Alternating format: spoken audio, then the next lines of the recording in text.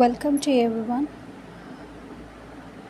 ఈరోజు మనం వీడియోలో చాలా ఆకలిగా ఉన్నప్పుడు త్వరగా చేసుకుని తినగలిగే ఒక మంచి వంటకం గురించి తెలుసుకుందాము. అదేంటంటే ఉల్లిగడ్డ చపాతి. బిఫోర్ దయచేసి ఛానల్ని మీరు సబ్స్క్రైబ్ చేయండి, వీడియోని లైక్ చేయండి, ఇంకా మీ ఫ్రెండ్స్ అండ్ ఫ్యామిలీతో మీరు షేర్ చేయండి. సో నెక్స్ట్ మనం ఇంగ్రీడియంట్స్ ఏంటి అని అంటే ఉల్లిగడ్డలు, తరిగినటువంటి ఉల్లిగడ్డలు, ఉప్పు, కారము, జీలకర్ర కావాలి. ఇంకా తడిపి పెట్టినటువంటి మన గోధుమ పిండి కావాలి.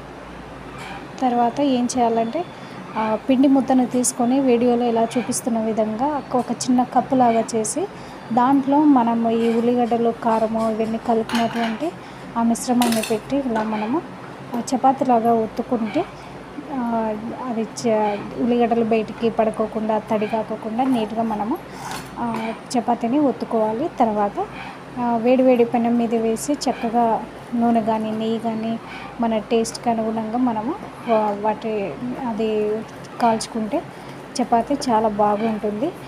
అర్జెంటుగా మనకు ఆకలి వేసినప్పుడు లేదా అంటే మనం అన్నము కొరకు బియ్యం కడిగి పెట్టి అవి నాని ఉడకబెట్టి అది అంతా ప్రాసెస్ అయ్యేదాని లోపల మనము త్వరగా ఇన్స్టెంట్గా మనకి ఆకలి తీరుతుందన్నమాట.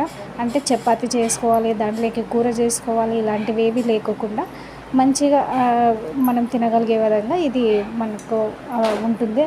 ఐడియా నచ్చితే దయచేసి ఒక చిన్న లైక్ చేయండి.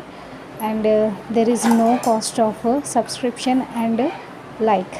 ఇలా పెనం మీద వేడి పెనం మీద వేసి వీడియో నూనెతో కానీ నెయ్యితో కానీ చపాతీలాగా మనం కాల్చుకుంటే ఈజీగా త్వరగా రెడీ అయ్యే ఉల్లిగడ్డ చపాతీ రెడీ అవుతుంది.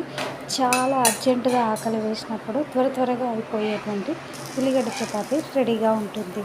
సో మీకు నచ్చింది అనుకుంటాను. లైక్ చేసి సబ్స్క్రైబ్ చేయండి ఛానల్ని. ఇంకా మీకు ఎలా అనిపించిందో, మీరు చేసినారో లేదో కామెంట్ చేసి చెప్పండి. Thank you for watching.